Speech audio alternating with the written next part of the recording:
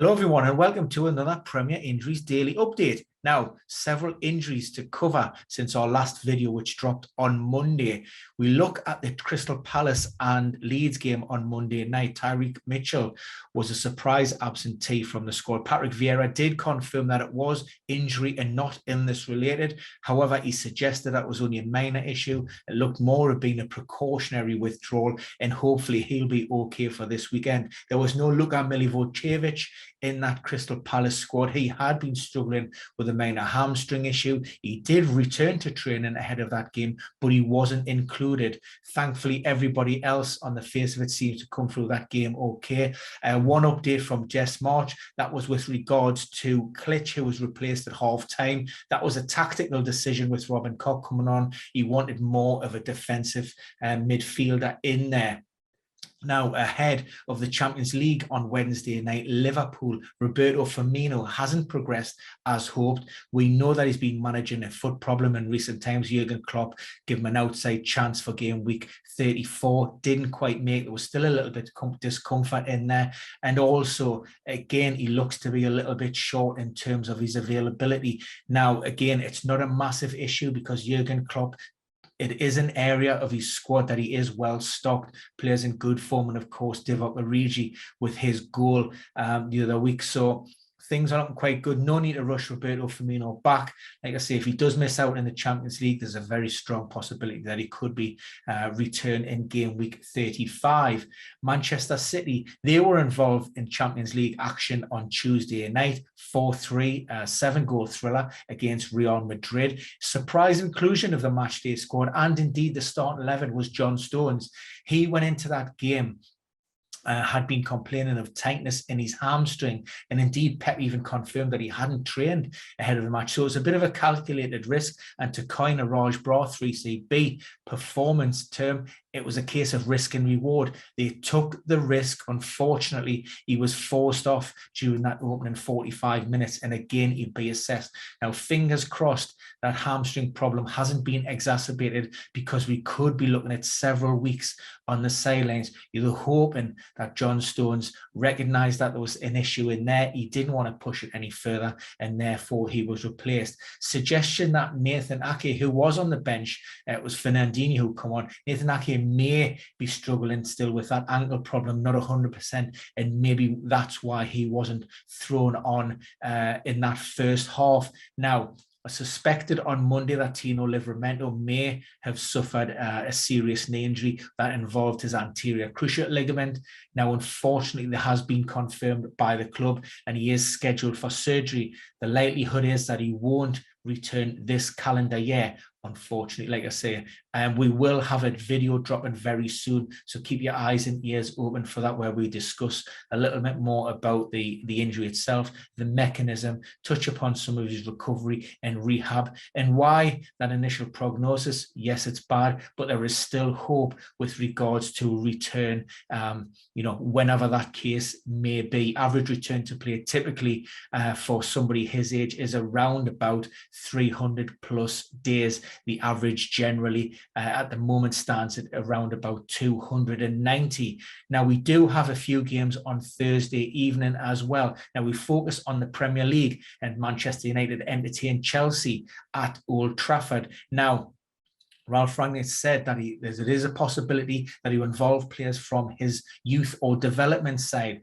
and that's because there are several key absentees in that Manchester United squad. Going through those, we have Harry Maguire with a niggling knee problem out, and also Jadon Sancho. He went down with tonsillitis on Tuesday, so he is also out of that fixture.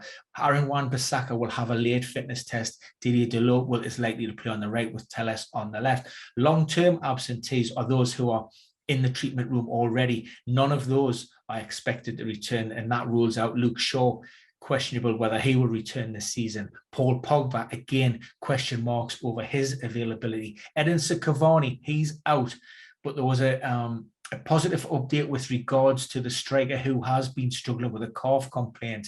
The club doctor said that he should rejoin the group in training on Friday. Now, that would give him an outside chance for the Brentford game, which isn't until next Monday. And Fred, he's also very close to return. He did begin part of the session on Tuesday. However, after chatting with the backroom staff and the manager, he just didn't feel 100%. And because of the nature of his hip flexor problem, they decided not to take any risks and possibly re-injure that.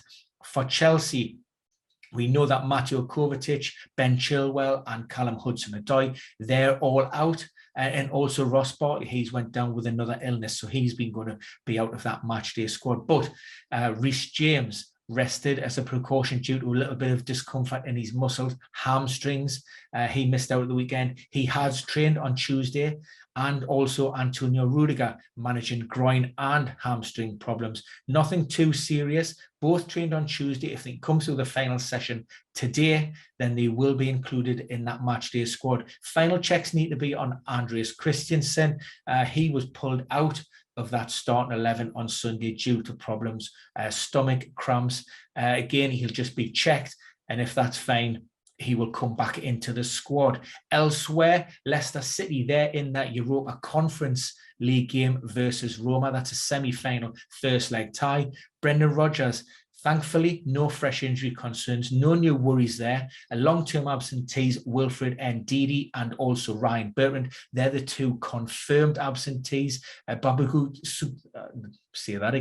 Soumaré will return to the matchday squad. He had been managing an adductor problem, and also there were personal issues off the field, and that's why he hasn't been in recent matchday squads, but he will be included on Thursday night. Now, keep your eye on that start 11 because we have seen Brendan Rodgers rotate heavily. And of course, that starting 11 is likely to be changed up somewhat for this weekend's game. So it may be that you're looking to target that Leicester team who will make several changes with regards, particularly in the back line when you consider the likes of Wesley Fofana, Timothy Castagna, Johnny Evans, all of those players have suffered long-term injuries. And finally, West Ham United.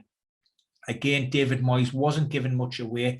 There has been some talk or some suggestion that Kurt Zouma may have an outside chance of making that game. David Moyes would neither confirm nor deny. What he said was, we have players who are recovering quickly, but we won't rush anybody back. Now, by his own admission, they do need centre-backs because particularly for the Premier League this weekend, we know that Angelo Ogbonna, ACL, is out. Issa Diop, ankle ligament problem, out. And also Craig Dawson will serve a one-match ban. So he is also out. So the need for Kurt Zouma is massive. But like I say, he's been out quite a while, and to throw him straight back into such a big time would be a gamble. But we don't know, like I say, how far he is away from that. It could be that Declan Rice drops into that back line, either in a flat back four or maybe as a 3-5-2 and have the likes of Cresswell, Soufal or Fredericks pushing a little bit higher up the pitch. But that's your daily update for Wednesday. If you have any questions, pop them in the box below, or alternatively, you can always check out premierinjuries.com for all the latest news and injury updates.